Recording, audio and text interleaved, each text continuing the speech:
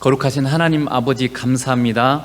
이 시간 하나님을 만나기 위해서 이곳에 왔사오니 오셔서 우리를 만나주시고 영광과 거룩과 아름다우심으로 드러내셔서 그 복되신 하나님 우리가 만나고 우리의 삶의 모든 문제들이 해결받고 거룩으로 성장하는 그런 귀한 시간 될 수 있도록 성령님 역사해 주시기 원합니다. 이 시간도 성령님 우리 위에 임하시고 역사하셔서 주의 음성이 들려지게 하시고 우리의 삶의 목표와 어떻게 살아가야 될 것인지 주께서 우리에게 하시는 말씀을 듣고 깨달아 알 수 있도록 도와주시고 우리의 마음에 새기고 그 말씀대로 순종하는 그런 삶이 될 수 있도록 복 주시옵소서. 감사하고 예수님 이름으로 기도드리옵나이다. 아멘. 여러분이 가장 존경하는 사람이 누굽니까? 우리가 세상에 살다 보면 여러분 존경하는 사람이 한둘은 있기 마련인데 그 존경하는 또 기준이 뭔가요? 왜 그 사람을 우리가 존경하죠?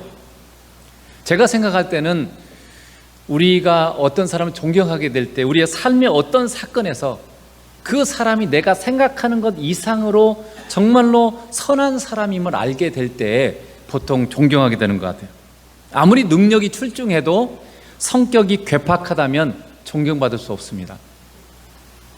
어릴 때는 우리는 위인을 보통 존경하죠. 내가 닮고 싶은 사람, 위인을 보통 우리가 존경하게 되지만 나이가 들어 성인이 되면 그런 위인보다는 무엇보다도 나에게 좋은 영향력을 미친 사람을 존경하게 됩니다. 여러분이 가장 존경할 만하다고 또는 존경하진 않을지 모르지만 내가 제일 좋아하는 그런 사람과 하나님을 대조하면 어떨까요? 하나님을 알아가면서부터는 제가 존경하는 사람이 없어져 버렸어요. 왜냐하면 하나님보다 좋은 사람이 있을 수가 없기 때문에 그렇습니다. 그래서 세상에 어떤 좋은 사람도 어떤 놀라운 사람도 하나님의 그 선함과 사랑에 비하면 또 하나님의 지혜와 능력에 비하면 비교할 수조차 없는 것입니다. 그럼 이 시간 우리가 그 복되신 하나님 우리가 좀 알아가는 시간이 됐으면 좋겠습니다. 성경에 보면 헤롯이라는 인물이 꽤 나오죠. 근데 똑같은 인물들이 아니에요. 성경에 최소한도 헤롯이라는 인물이 나오는데 6명 정도가 나옵니다. 똑같이 헤롯이라는 이름으로 나오지만 6명이에요. 예수님 당시에도 예수님이 태어날 때 헤롯이 나왔죠. 그 헤롯이 그 예수님을 죽이려고 베들레헴 주변에 2살 이하의 아이들을 다 죽였잖아요. 그때 그 헤롯이 헤롯 대제죠. 그리고 나서 그 헤롯이 예수님이 이제 그 이집트로 피해 있는 동안 헤롯이 죽었잖아요. 그래서 그 아들이 또 이어받았지. 그 아들도 헤롯이라고 돼 있어요. 그리고 오늘 본문에 나오는 이 헤롯은요, 헤롯 아그리파 1세입니다. 그 뒤에도 또 헤롯 아그리파 2세가 있기 때문에 또 그도 헤롯인데 어쨌든 오늘 본문에 나오는 사람도 헤롯인데 이게 헤롯 아그리파 1세예요. 그리고 이 헤롯이 사도 야고보를 여기 지금 2절에 보면 그 요한의 형제 야고보를 칼로 죽이냐 할 때 이 요한은 사도 요한이에요. 요한의 형제 야고보, 그래서 사도 야고보를 죽였다고 말하고 있습니다. 이렇듯요, 사단은 세상의 사람들을 사용해서 우리 믿는 자들을 종교적인 차이로 핍박하죠. 뿐만 아니라 권력자들을 통해서 또한 우리 믿는 자들을 핍박할 수 있습니다.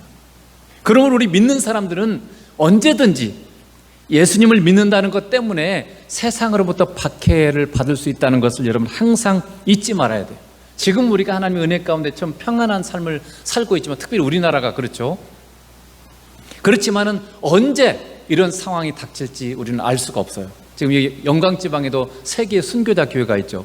야올리교회, 또 저기 염산교회, 그리고 법성교회. 근데 이 3개의 교회들이 다 순교자가 언제 나왔냐면 6.25 전쟁 때 나왔어요. 6.25 전쟁 때 북한이 쳐들어왔을 때 북한이 공산주의와 가장 대적하는 게 뭡니까? 기독교 신앙이죠. 기독교 신앙은 오직 유일하신 하나님만을 섬기잖아요. 근데 공산주의는 뭐예요? 신을 인정하지 않아요. 그렇기 때문에 기독교를 가장 적대시하는 게 이 공산주의죠. 그래서 기독교를 믿는 사람을 굉장히 많이 죽였습니다. 그래서 저기 염산교에서 77명인가 죽었고 야올리교에서는 50몇 명이 죽었고 여기 법성교에도 적은 수지만 5명 정도 이렇게 죽었어요. 그래서 이 세상의 그 권세자들을 통해서 사단이 우리를 핍박한다는 것인데 앞으로 우리가 어떤 시대를 살게 될지 몰라요. 앞으로도 그러한 일들이 언제 닥칠지 모릅니다. 그러므로 여러분, 우리는 항상 대비를 하고 있어야 돼요. 예수님 때문에 우리는 언제든지 핍박을 받을 수 있다. 그렇지만은 우리가 예수님 때문에 핍박을 받는다고 하는 것은 내가 구원받았다는 중요한 증거가 돼요.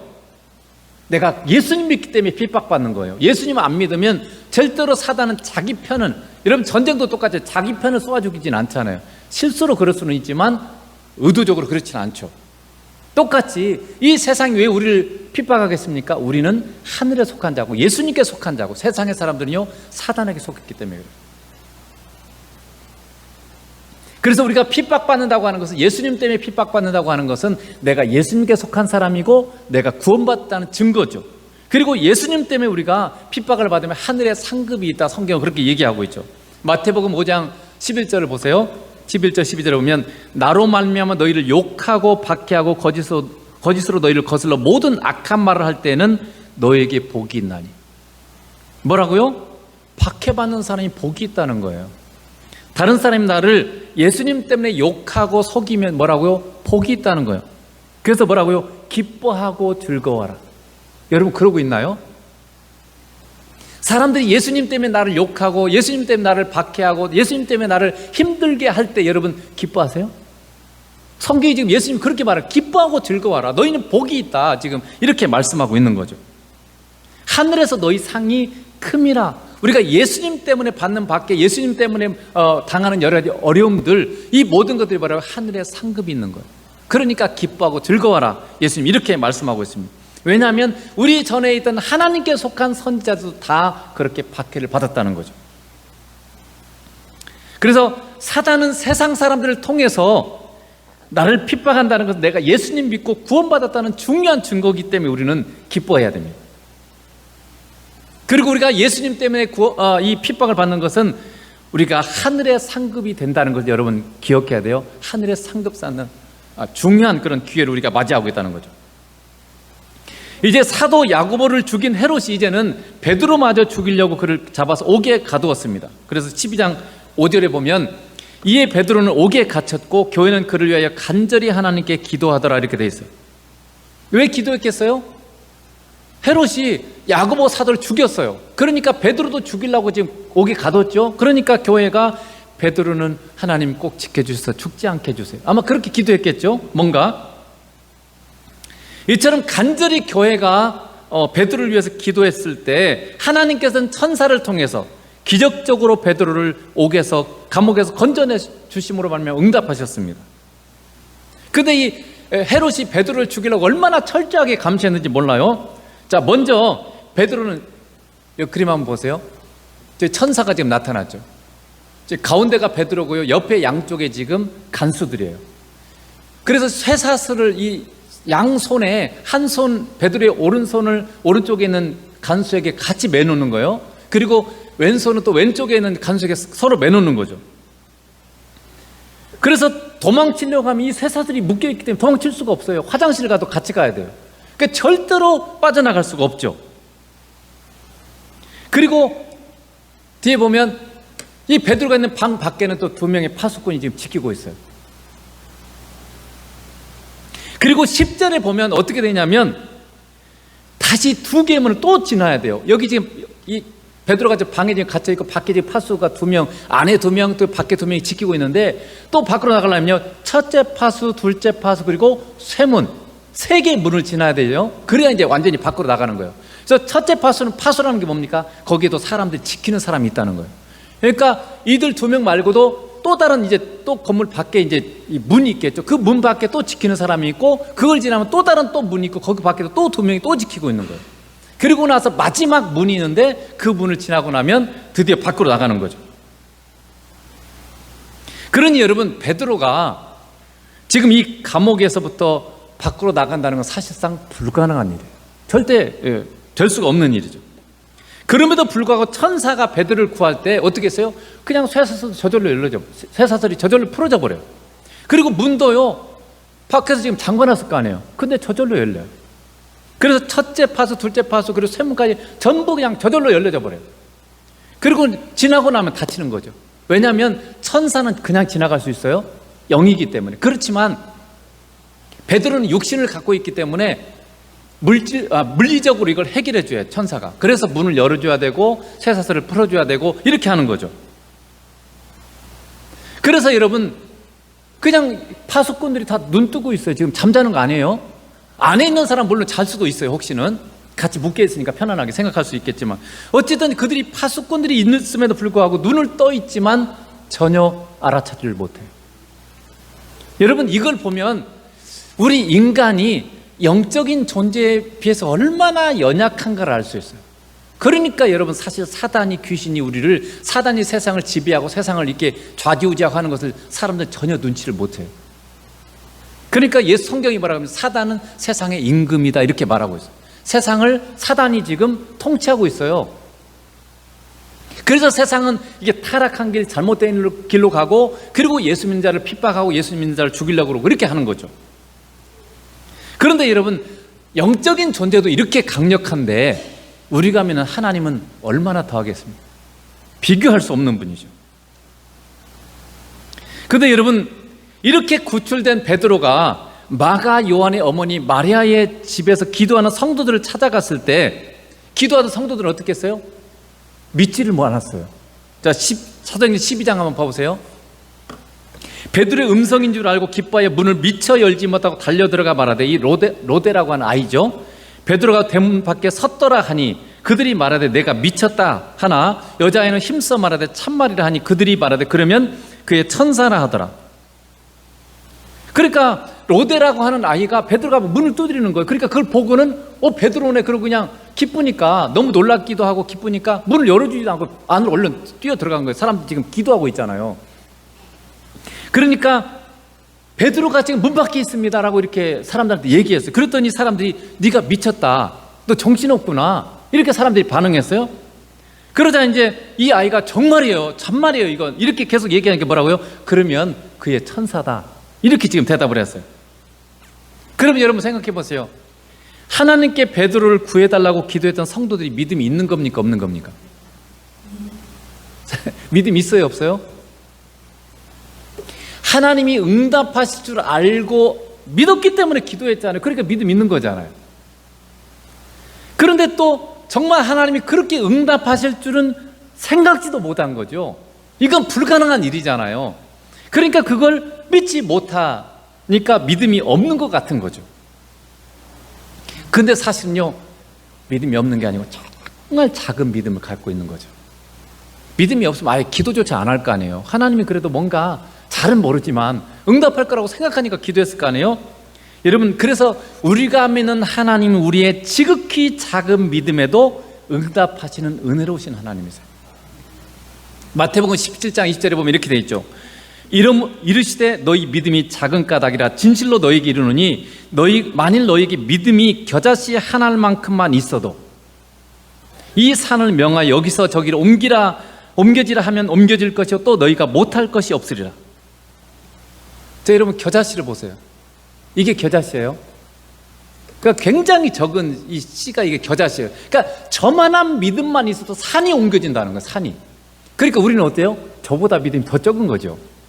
저 눈에 잘 보이지도 않는 이 겨자씨보다 더 작은 믿음을 갖고 있는데, 그럼에도 우리가 믿는 하나님은 역사하신다는 거죠. 그러니까 우리 하나님 아버지는 우리의 믿음이 크지 않고 거의 보이지 않을 정도로 적은 믿음을 가졌을지라도 우리의 기도에 반드시 응답하십니다. 그러므로 여러분이 가진 문제에 대해서 하나님 아버지께 기도하세요. 우리가 믿는 하나님은요, 불가능을 가능케 하시는 분이십니다. 바다를 가르시고 죽은 자를 살리시고 또 태양의 움직임을, 또 사실은 지구의 움직임이죠, 이 태양과 지구의 움직임을 멈추게 해서 시간을 멈추게 하신 분임을 성경이 우리에게 얘기해 주고 있죠.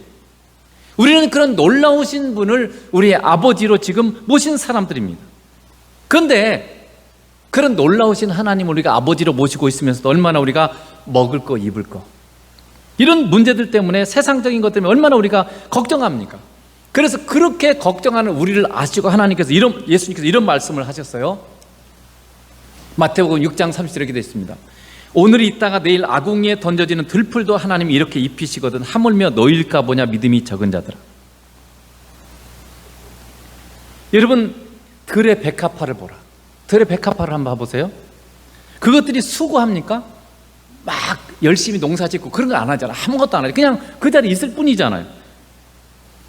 그렇다고 막 길쌈이 뭡니까? 이렇게 실을 막 짜는 거죠. 옷을 옛날에 이게 실을 짜는 그런 기계가 있었어요. 막 왔다 갔다 하면서 막 이렇게 옷을 만드는 그 길쌈도 아니하고, 그런데도 불구하고 솔로몬이 입었던 모든 영광스러운 옷보다 뭐라고요? 더 아름답다. 더 아름답게 하나님께서 입히신다. 이렇게 말씀하는 거죠. 그래서 며칠 살지도 못하고, 꽃이라는 게 오래 못 가잖아요. 그 사실 짧게 가는 것은 며칠 갈 수도 있고, 긴 것은 한두 달도 가기도 하지만은, 이렇게 며칠 있지도 않고 아궁이에 던져지는 하찮은 들풀도 하나님이 이렇게 입히시잖아요. 그런데 너희는 나의 사랑하는 자녀가 아니냐. 그런데 어찌 너희가 내가 너희에게 먹을 거 입을 거 잘 곳이 없어서 죽게 할 것 같으냐. 너희는 어떻게 나를 그렇게 알지도 못하고 믿지도 못하고 있느냐. 지금 주님이 그렇게 우리에게 반문하시는 거예요. 우리가 세상에 살면서 여러 가지 것들이 막 걱정하고 염려하고 이런 것들을 하고 있을 때, 먹을 것 때문에 사실 돈 문제잖아요. 돈이 없으면 굶어 죽을 것 같으니까, 돈이 없으면 뭐가 안 되니까. 그래서 우리가 세상의 것들 때문에 이 염려하고 있을 때 하나님이 그렇게 말씀하는 거죠. 들의 백합화를 봐라. 공중에 나는 새를 봐라. 그것들이 수고하느냐. 근데 너희 하나님 아버지가 다 먹이시는 거 아니냐. 근데 그들이 얼마나 사실은 별 볼 일 없는 존재들이냐. 근데 너희는 나의 사랑하는 자녀가 아니냐. 그렇게 별 볼 일 없는 존재도 내가 다 먹이고 입히는데 너희는 나의 사랑하는 자녀인데 어떻게 너희는 나를 믿지 못하고 나의 사랑을 믿지 못하고 그렇게 염려하고 걱정하느냐. 지금 주님이 그렇게 말씀하고 있는 거죠. 여러분, 이 주님의 음성을 듣고 여러분은 하나님께서 나를 지켜주시지 못할까 봐, 또는 나에게 먹을 것 입을 것을 주지 못할 것처럼 여러분 걱정하며 살고 있지 않습니까? 삶에 사실 여러 가지 문제들 우리가 만날 때 염려 걱정하잖아요. 왜 걱정해요? 아이고, 그 일 때문에 내가 큰 해를 당하거나 그 일 때문에 굉장히 힘들거나 그렇게 여러분 생각하는 거잖아요. 내가 믿는 하나님이 기도해도 그걸 못 들어주고 못 지켜줄 거라고 생각하기 때문에 염려하고 걱정하는 거예요. 그래서 그런 우리가 염려하고 걱정할까 봐 하나님께서 분명하게 우리에게 말씀하셔서, 자, 이사야 49장 15절을 보세요. 여인이 어찌 그 젖먹는 자식을 잊겠으며 자기 태에서 난 아들을 긍휼히 여기지 않겠느냐. 그들은 혹시 잊을지라도 나는 너를 잊지 아니할 것이라. 내가 너를 내 손바닥에 새겼고 너의 성벽이 항상 내 앞에 있나니. 이 말은 무슨 말이냐면요, 하나님이 이렇게 말씀하는 거예요. 엄마는 갓난아기를 결코 잊어버리지 않는다. 그러나 혹시 그들은 엄마가 갓난아기를 혹시 잊어버릴지라도 나는 너를 잊지 않겠다. 그리고 너를 반드시 긍휼히 여겨 줄 것이다. 내가 너의 이름을 잊지 않으려고 내 손바닥에다 너의 이름을 기록해 놨어. 나는 결코 너를 잊지 않을 거야. 그러므로 염려하지 말고 두려워하지 말라. 이렇게 지금 하나님께서 우리에게 지금 말씀하고 있는 거예요. 우리가 너무 안 믿으니까 하나님께서 그렇게 말씀하는 거죠. 나는 결코 너를 잊을 수가 없어. 근데 너희는 왜 이렇게 염려하고 걱정하느냐. 지금 그렇게 말씀하는 거죠. 여러분, 지금도 염려하고 있지 않습니까? 염려할 만한 일들이 세상에 살다 보면 많이 닥쳐오죠. 많은 일들이 닥쳐오는데, 그래도 여러분, 우리 하나님이 뭐라고요? 내가 너를 잊지 않고 있어. 내가 너에게 반드시 응답해주고 정말 너를 책임질게. 지금 하나님께서 그렇게 말씀하는 거죠. 이 놀라우신 은혜와 사랑의 하나님 뭐라고요? 우리의 아버지세요. 여러분의 사랑하는 아버지. 그래서 그분이 시편 121편에 보면 졸지도 아니하시고 주무시지 않고 뭐라고요? 항상 우리를 지켜보고 계세요. 결코 그분이 내가 당하고 있는 이 모든 일을 모르는 분이 아니세요. 다 알고 계시고 그걸 해결할 수 있는 능력이 있는 분이고 그걸 해결할 수 있는 지혜가 있는 분이세요. 근데 마치 우리는 그분이 해결할 수 없는 것처럼 염려하고 걱정하기가 얼마나 쉬운지 몰라요. 그래서 하나님께서 여러분에게 이 약속을 분명하게 말씀하는 거죠. 내가 너의 이름을 잊지 않으려고 내 손바닥에 새겨놨어. 그러니 걱정하지 마. 이렇게 말씀하는 거예요. 이 놀라운 은혜와 사랑의 하나님을 여러분 믿으시길 축복합니다. 또 두 번째는 우리가 답하기 힘들어하고 어쩌면 우리를 괴롭히는 문제일 수 있습니다. 왜 하나님이 야고보 사도는 죽게 만들었죠? 그리고 왜 베드로 사도는 구원했을까요?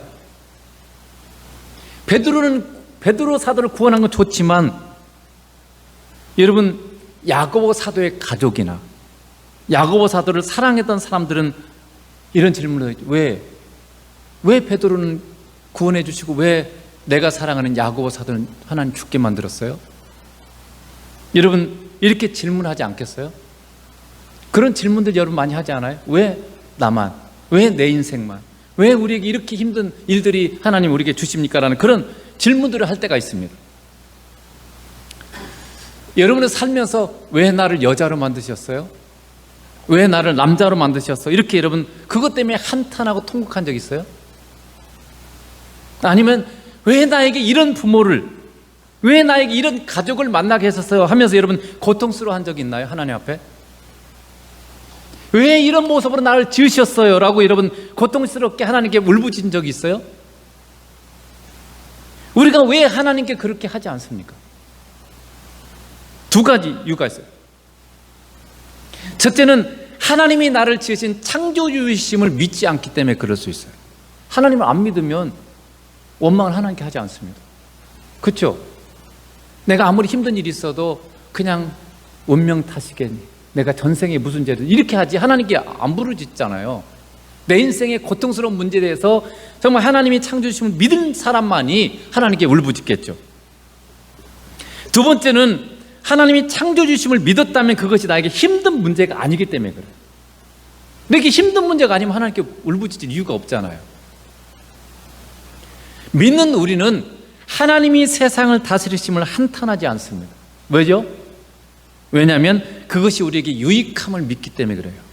하나님이 세상을 다스리고 창조하시고 다스린다는 것이 우리에게 유익하다는 걸 믿기 때문에 하나님이 이 세상을 다스리는 것 우리가 한탄하지 않잖아요. 우리를 사랑하시는 하나님이 선하심으로 그리고 사랑으로 창조하시고 다스리심을 믿기 때문에 그렇습니다. 자, 이제 본래의 질문으로 돌아가서 왜 야고보는 죽어야 됐습니까? 라는 질문에 사실 어떤 우리의 깊은 마음속에 어떤 우정이 숨겨져 있는 거죠? 왜 여러분이 그 질문을 던졌을까요? 사실은 이런 거예요.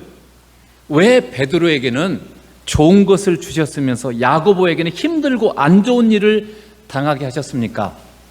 라는 질문이 우리의 마음에 진짜 묻고 싶은 거예요. 그렇지 않습니까?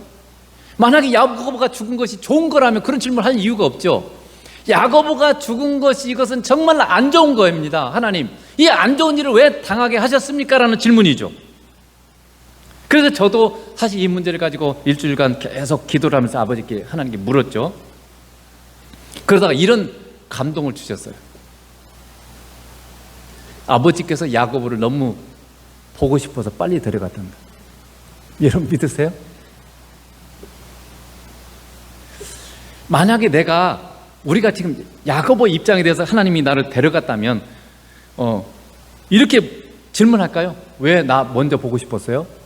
이렇게 나 거기 싫었는데 왜 나 먼저 보고 싶어서 날 하필 데려왔어? 이렇게 막 짜증내면서 그랬을까요?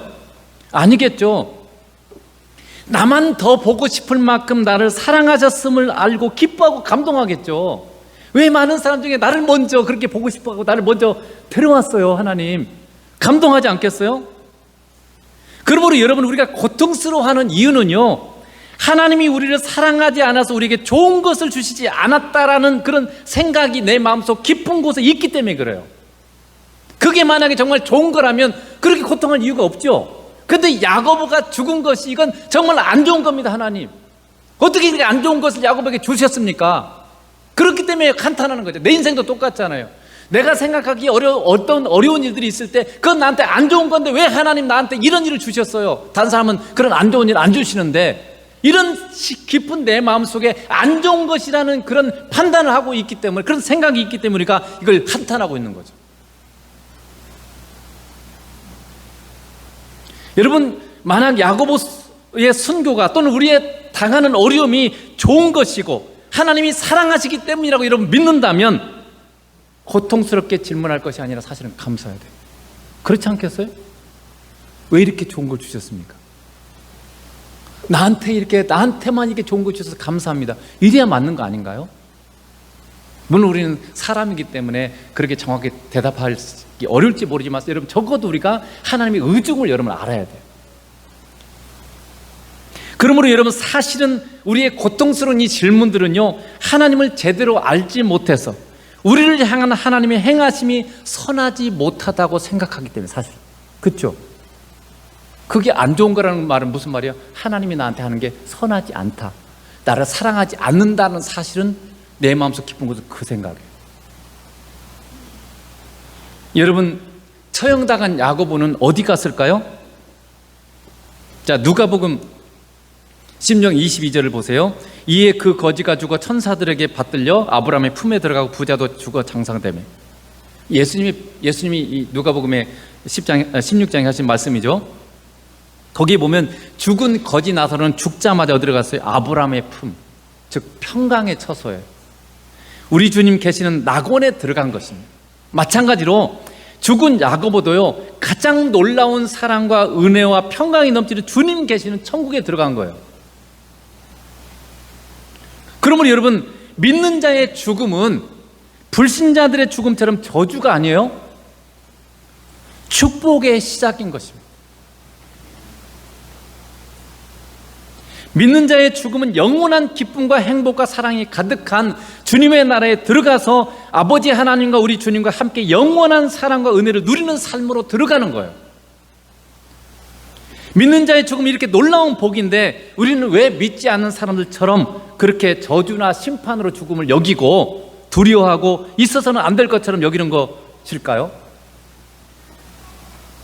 우리도 모르게 우리는 세상 사람들처럼 복을 이 세상에 한정하고 있어요.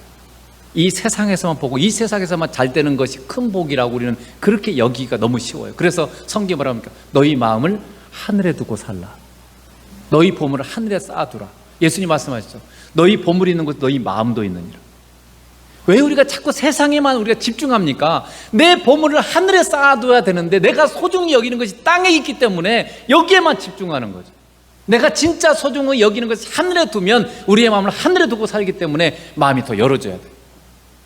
우리의 시각을 영혼까지 열어야 됩니다. 그렇지 않고 이 땅에 한정하기 때문에 자꾸 우리가 이 잘못된 반응을 하는 거죠. 그래서 데살로니가전서 후서 2장 16절에 보면 우리 주 예수 그리스도와 우리를 사랑하시고 영원한 위로와 좋은 소망을 은혜로 주신 우리 하나님 아버지께서, 우리 하나님 아버지께서 우리에게요 영원한 위로와 좋은 소망을 주셨어요. 그게 뭡니까? 우리가 육체의 죽음을 당할 때 우리는 안 믿는 자들처럼 지옥불에 떨어지는 심판이 아니라 아버지와 우리 주 예수 그리스도가 계신 영원한 천국에 들어가서 함께 영원한 사랑과 행복을 누리는 그런 삶을 살게 될 것이라는 위로와 소망이 우리에게 있는 거, 이게 영원한 위로고 영원한 소망이에요. 우리의 육체의 죽음은 하나님 아버지와 함께하며 다시는 죽음과 슬픔과 아픔을 겪지 않는 영원한 생명의 삶의 시작입니다. 그래서 우리가 아는 것처럼 요한계시록 2장 21장 3절에 되죠. 내가 들으니 보좌에서 큰 음성이 나서 이르되 보라, 하나님의 장막이 사람들과 함께 있음에 하나님이 그들과 함께 계시니 그들은 하나님의 백성이 되고 하나님은 친히 그들과 함께 계셨습니다. 그러니까 여러분, 우리의 육신의 죽음은 뭐예요? 하나님과 함께하는 거예요. 영원하신 하나님과 함께하는 게 이 천국의 본질입니다. 그리고 하나님이 함께 계시기 때문에 뭐라고요? 4절에 보면 모든 눈물을 그 눈에서 닦아주시니 다시는 사망이 없고 애통하는 것이나 곡하는 것이 아픈 것이 다시 있지 않으니 처음 것들이 다 지나갔습니다. 하나님 계시고 우리 주님 계시는 곳은요 우리가 슬퍼할 일이 없어요. 아플 일이 없어요. 힘들 일이 없어요. 그러니까 우리가 그토록 원하는 낙원, 파라다이스, 그러니까 바로 주님 계시는 것이 천국이에요. 그곳에는 우리가 너무 행복에 겨워하고 이 세상에서 찾아볼 수 없는 그런 기쁨과 즐거움과 평강으로 가득한 곳이 바로 천국인 거죠. 그러니까 우리가 이 땅에서 육신의 죽음을 당하는 순간 우리가 거기에 들어가는 거죠. 그래서 하나님께서 야고보를 얼른 보고 싶고 야고보에게 그 복을 빨리 주고 싶어서 사실 얼른 야고보를 데려가신 거예요. 이게 지금 하나님의 관점에서 보는 야고보의 순교죠. 그러므로 여러분, 우리 입에서 이런 말이 나와야 돼요. 야고보는 복 있는 자였구나. 야고보는 좋겠다. 그래서 여러분, 믿음의 사람들이 죽을 때 뭐라고 해요? 참 복 있는 사람이구나. 여러분, 지금 죽어도 좋습니까? 만약에 이 하나님의 말씀 여러분의 것을 붙잡으면 난 지금 죽어도 좋습니다. 아멘 하세요? 지금 죽어도 괜찮은 사람만 아멘 하세요. 아멘을 안 하네, 잘. 예. 정말 여러분이 하나님께서 이 말씀하신 이게 정말 사실이고 정말 진리라는 걸 여러분 믿으면요, 그냥 지금 죽어도 괜찮아요. 지금 죽으면 그 좋은 곳에 우리 주님과 함께 살 건데 굳이 구태 막 이 세상 고생하면서 질병 들리면서 이렇게 굳이 막 세상에서 꾸역꾸역 더 살려고 그렇게 하는지 모르겠어요. 그런 우리의 이면에는 이 세상이 좋고 이 세상이 복이다라고 생각하는 그런 깊은 그런 우리 안에는 그런 생각들이 있기 때문에 그렇습니다. 자, 이제 이 야고보의 순교를 경험한 교회는 어떻게 반응했을까요? 그렇기 때문에 이 베드로가 감옥에 갇혔을 때 더 간절히 하나님께 기도했을 것입니다. 즉 성도들이 이 야고보의 순교를 통해서 성도들이 이 진정한 하늘 가족으로서 연대감이 더 깊어졌어요. 단순히 여러분, 이 시대 교회는 어떻습니까? 여러분, 핍박받고 정말 공산주의, 북한의 성도들하고 우리하고 어떻게 다른지 아세요? 북한에서 지하에서 감옥에서 예배드리는 사람들은요, 정말 끈끈한 정이 있어요. 걸리면 같이 다 죽잖아요. 한 사람이나 잘못되면 다 같이 죽는 거예요. 그러니까 얼마나 서로가 끈끈한 속에서 서로가 서로를 돕고 얼마나 사랑하는지 몰라요. 그게 정말 핍박하에서 성도들이 정말 하늘 가족으로서 이 연대감이 정말 깊어지는 거죠. 근데 이렇게 핍박이 없고 편안한 이 세상에 우리나라 같은 교회는 어떻습니까? 주일날 딱 예배 드리면 다 했어, 의무. 그리고 딱 흩어져서 자기 마음대로 살아. 성도 간의 연대감이 별로 없어요. 하나님이 꿈꾸시고 하나님이 원하시는 성도는 한 몸이잖아요. 우리가 한 몸이고 한 가족이에요. 정말 우리가 교회를, 하나님이 꿈꾸는 교회를 우리도 꿈꿔야 돼요. 정말 우리 성도들끼리 정말 육신의 가족보다 더 끈끈하고 육신의 가족보다 더 가까운 사이가 뭐냐면 하늘의 영원한 가족의 이 관계예요. 이걸 우리가 꿈꿔야 됩니다. 그렇게 돼야 됩니다. 예수님의 피로 값주고 사셨고 하나님의 가족으로서 여러분 그러한 모습이었는데 이 세상의 교회는 어떻습니까? 우리나라, 특별히 우리나라의 교회는, 또 우리 교회는 하나님이 꿈꾸는 교회와 너무나 거리가 멀어요.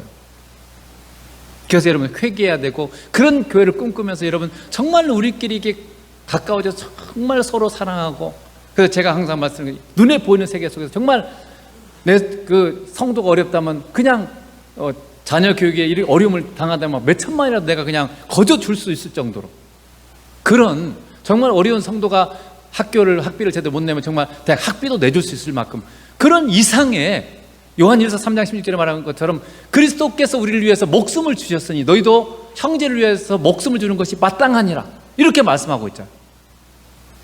그 정도로의 끈끈한 관계가 이 예수 믿는 교회 성도들의 관계가 되어야 된다는 거죠. 그래서 그것을 뭐 강제로 그렇게 되라는 말이 아니라 우리가 주님 안에서 하나님이 꿈꾸고 그렇게 성령께서 우리를 이끄시기 때문에 그러한 관계를 우리가 바라보면서 그렇게 되도록 우리가 기도하면서 우리도 그렇게 성장하도록 해야 되겠죠. 그래서 이 야고보의 죽음을 통해서 그렇게 교회가 서로 끈끈해지고 가까워지고 이렇게 하나님이 만드신 거죠. 그래서 이러한 이 야고보의 순교를 통해서 베드로가 오기에 갇혀서 더 하나님 앞에 간절히 기도하고 더 하나님을 간절히 만나고 이런 일들이 있었던 거죠. 이게 하나님의 놀라운 지혜예요. 우리가 겪는 환난은 우리에게 영광을 가져다 줍니다. 고린도후서 4장 17절에 이렇게 되어 있죠.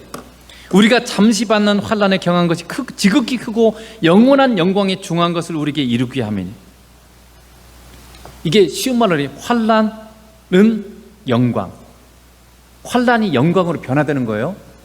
이 말이 그 말이에요. 환난은, 우리가 이 땅에서 만나는 것은요, 뭐라고 되어 있어요? 잠시 받는 환난에 경한 것.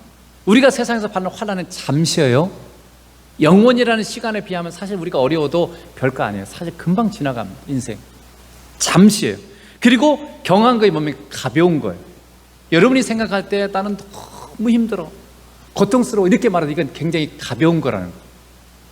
그 가볍다는 말은 상대적인 거죠. 뭐에 비해서요? 우리가 받게 될 영광, 우리가 하나님의 나라에서 받게 될 이 영광스러움에 비하면요, 이 영광은 영원해요. 하나님이 우리에게 주실 영광은요 영원합니다. 이 땅은 잠시예요. 그리고 우리가 누리게 될 영광은 영원한 것이에요. 그리고 우리가 이 땅에 받는 환난이 굉장히 무겁고 큰 것 같아도 하나님이 우리에게 주실 영광에 비하면 아무것도 아니라는 거죠. 하나님 우리에게 주실 영광은 훨씬 더 크고 놀라운 것이라는 거죠. 비교할 수 없는 거라는 거죠. 그래서 하나님이 우리에게 주실 영광에 비하면 내가 지금 세상에서 당하는 환난, 어려움들은요 가볍다는 거예요. 이게 지금 성경의 선포예요. 그래서 하나님은 왜 우리에게 이 땅에 이 환난과 어려움들을 겪게 하셔요? 그것을 통해서 우리에게 훨씬 그것을 뛰어넘는 하늘의 영원한 영광을 우리에게 주시기 위해서 그래요. 아버지는 진짜 우리에게 좋은 걸 주시기 위해서 이 땅에서 잠시 약간의 어려움을 허락하신다는 것이 성경의 표현입니다. 선포죠. 그러므로 하나님은 언제나 우리에게 좋은 것을 주시는 사랑의 하나님이십니다. 이 모든 것의 보상은요 이 땅에서 얻는 게 아니에요. 이 땅에서 잠시 잠깐의 맛은 보게 하시지만 그러나 온전한 보상은 천국에서 여러분 받게 될 것입니다. 그러므로 고린도후서 4장 18절에 이렇게 되어 있죠. 우리가 주목하는 것은 보이는 것이 아니요 보이지 않는 것이니 보이는 것은 잠깐이요 보이지 않는 것은 영원합니다. 여러분 주목한다는 게 무슨 말이냐면 거기에 우리의 눈을 초점을 인생의 초점을 여기다 맞추라는 거죠. 우리의 인생의 초점을 보이는 것에 여러분 맞추지 마세요. 세상에 보이는 이 세상의 것들이 여기에 인생의 초점을 맞추고 막 이거 어떻게 더 많이 가져보려고 이 세상에서 어떻게 잘해보려고 이런 데 초점을 맞추지 말고 뭐라고요? 보이지 않는 거, 영원한 거, 이곳에 우리의 인생의 초점을 맞추는 거예요. 하나님의 나라, 하나님께 여러분 인생을 초점을 맞추고 살라 그 말이죠. 그러므로 여러분의 우리의 인생을 자꾸 열어야 돼요. 눈을 열어야 돼요. 우리의 영안을 열어야 돼요. 그래서 눈에 보이는 세계가 아니라 그 너머에 있는 영의 세계 그리고 영원한 세계까지 천국까지 우리가 우리의 눈을 열어둘 때 이 세상의 것들을 여러분이 가볍게 여길 수 있고 기꺼이 이 세상을 이기고 뛰어넘을 수 있는 그런 사람 우리가 성장할 수 있습니다. 이렇게 하시는 분이 바로 우리의 아버지십니다. 그 놀라우신 분이 우리의 신랑이십니다. 그리고 그 놀라우신 분이 우리 안에 계신 성령님이십니다. 영원히 우리를 떠나지 아니하시고 항상 우리와 함께 하시는 성령님이십니다. 그러므로 이 삼위 하나님께서 지금 우리를 위해서 우리를 사랑하셔서 우리에게 그분의 전부를 투자해 가면서 우리를 사실 성장시켜 가시고 우리에게 놀라운 복을 주시기를 기뻐하고 계십니다. 이 복을 받은 자가 우리이기 때문에 여러분 이 복을 정말로 여러분의 것으로 알고 누리시길 주님으로 축복합니다. 기도하겠습니다.